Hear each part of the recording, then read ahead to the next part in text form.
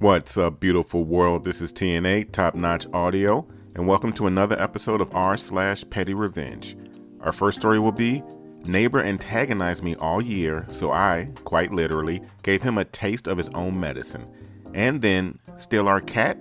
Get ready for the can-can. Followed by, parking revenge. And finally, dumping your trash on the ground? You look thirsty. If this is your first time listening, remember to hit that subscribe button on the bottom right-hand corner. If this is not your first time, welcome back. Enjoy the stories of r/Petty Revenge. And this next r/Petty Revenge story is posted by you/The Crimsoner Ginge. Neighbor antagonized me all year, so I, quite literally, gave him a taste of his own medicine. In college, I had a neighbor, who will henceforth be Benny, like that butt hat from New Vegas. And this neighbor, he was not a considerate neighbor. For example, he watched TikTok at 3 a.m., connected to his Bluetooth speaker, which he so politely pointed directly at the wall to improve sound quality. He piled his garbage in front of my door when it didn't fit on the sides of his door, that I had to cut a path out when I wanted to leave. He dumped piss from a bottle under my door when he thought I reported him for one of his many crimes against the people of the floor. Absolute degenerate of a neighbor. I was, however, fairly friendly with one of his roommates. On one crisp November evening, this roommate let me in on a little social experiment he was conducting. In Benny's closet, in a black garbage bag, was a pumpkin for Halloween. Originally, it was just supposed to smell up the closet until Benny found it, but Benny never did find it.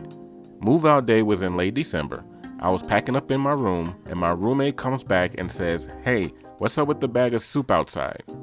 After some initial confusion, we discovered that this fine bag of moldy, wet, desecrated remains is from the pumpkin. We decided that the best course of action for this beloved sack of soup was placed caringly and carefully in front of Benny's door, since he must have misplaced it.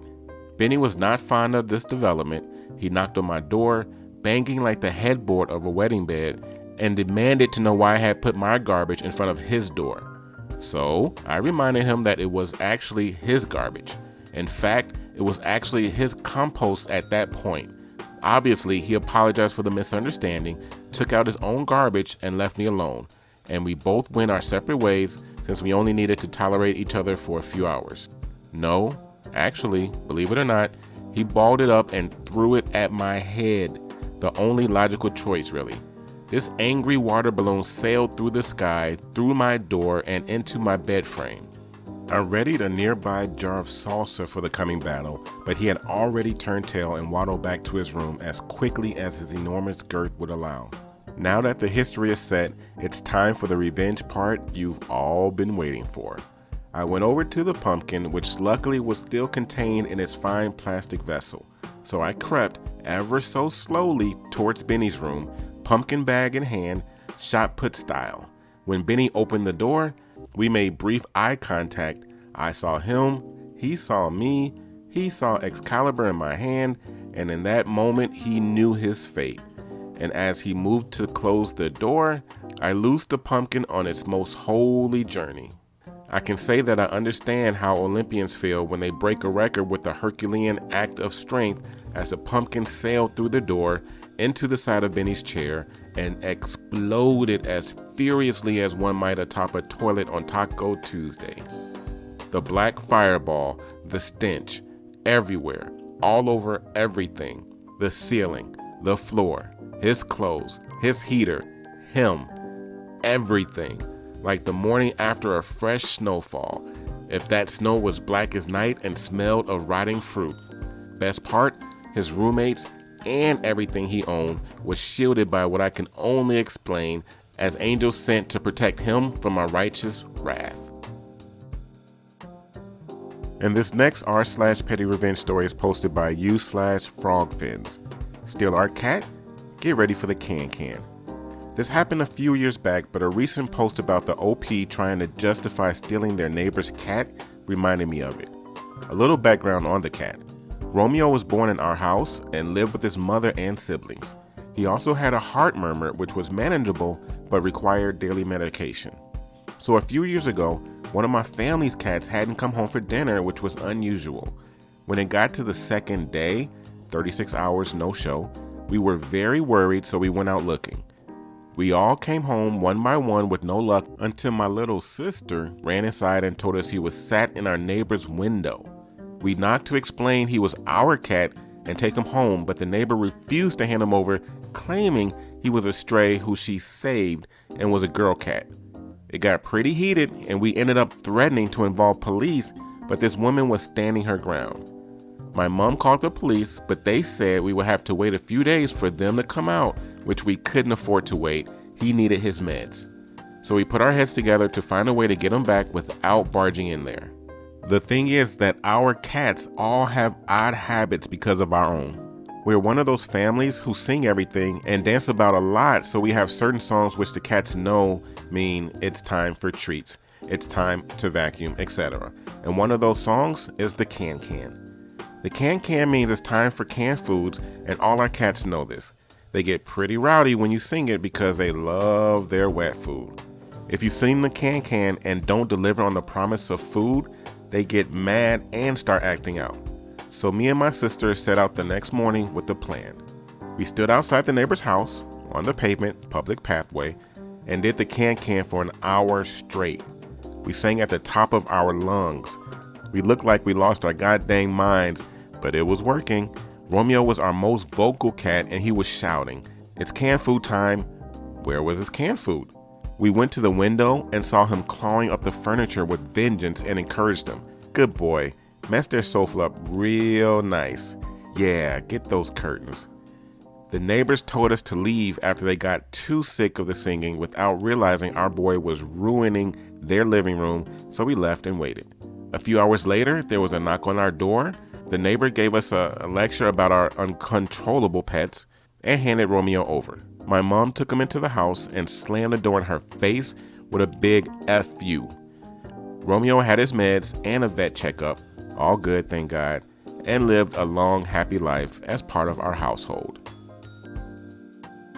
And this story is posted by u/master_shot, Parking Revenge. So a little backstory before I get the actual revenge story. I live in a really small and tight street with super limited parking spots, but it is like an unwritten rule that everybody parks in front of their place, not someone else's.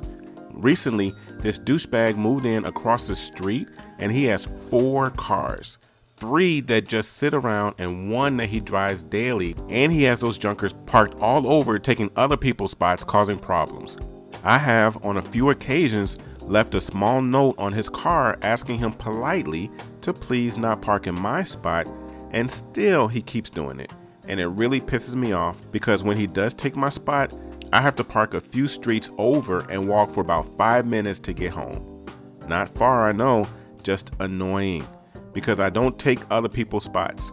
So, on to the actual story if you are still with me. 3 days ago, overnight, we had a massive snowfall. It was up to my knees and I'm 6'4". I wake up and need to go to the store to buy groceries, so I get a shovel and spend about 30 minutes digging my car out of the parking spot, and I shovel all the snow out of the spot so it is easy for me to get back in my spot with my groceries when I get back. While I'm driving, the douchebag comes out and leaves, and he looks at me while I'm shoveling snow. We even make eye contact, so he clearly saw me clearing snow out of my spot. So I go to the store and return some 20 minutes later, and what do I see? The effing douche has stolen my spot. The parking spot that he saw me spend 30 minutes clearing. I instantly get raging mad, and I honk my horn outside his house to try to get him to move his car. That doesn't work, although I thought I saw his curtains move when I honked. So I calm myself down and get out, walk up to his door, and knock to see if I can get him to move his car. He doesn't come to the door, but I can clearly see him inside. Absolutely furious, I storm back to my car and park in the next street over and carry my groceries through deep snow, and just as I get to my door, I see him peek through his curtains across the street. I go inside and plot my revenge. I waited until it was about 1 a.m. to be sure he was asleep, keeping an eye out the entire day to see if he moves his car, which he didn't. So I go out with my shovel and I shovel all the snow I could find in a massive radius around his car and pack it tight under his car and around it and a massive pile on top of it. Took me about 2 to 3 hours. You could not see his car anymore, and I was 100% sure he couldn't drive out of the pile. I packed it super tight. I go to bed feeling happy with the job well done. The next morning, I wake up to a loud knocking on my door, so I get out of bed and go to the door. There he is, furious that his car is in a snow pile and he's going to be late for work, and tells me to get my butt outside and dig his car out of the pile. I calmly walk outside, look at the pile and say, "Oh, must have snowed again last night. Unlucky that your car's parked exactly where it all came down," and give him a little smirk to go with the joke. Walk back inside and close my door. And I could hear him outside for the next hour or so trying to get his car out of the pile. He hasn't taken my spot since then. Mission complete. And this story is posted by u/o_cabana_boy. Dumping your trash on the ground? You look thirsty. Reposting from Pro Revenge because it was petty as anything. So I'm in the drive-thru at my favorite fast food spot, getting some cheese sticks. Long line, but that's cool because I'm just chilling. Dude in front of me in a lifted truck drops his cig butts and empty pack on the ground. What the heck? My town ain't your trash can. I get out, pick it up, and toss it into the bed of his truck and give him a cheeky thumbs up. He pulls up, gets his beef and cheddars, then he gets out, climbs into the bed of his truck, then throws it back on the ground towards me and flips me off. I get my food and see he is waiting for me by the road with his window down.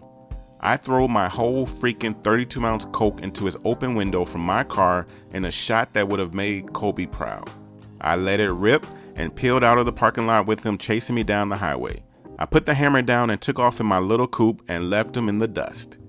I got home after making sure he wasn't still tailing me and had the most satisfying glass of sink tap water I've ever had in my life. My snack is cold, but my revenge was petty and oh so sweet. Cheers.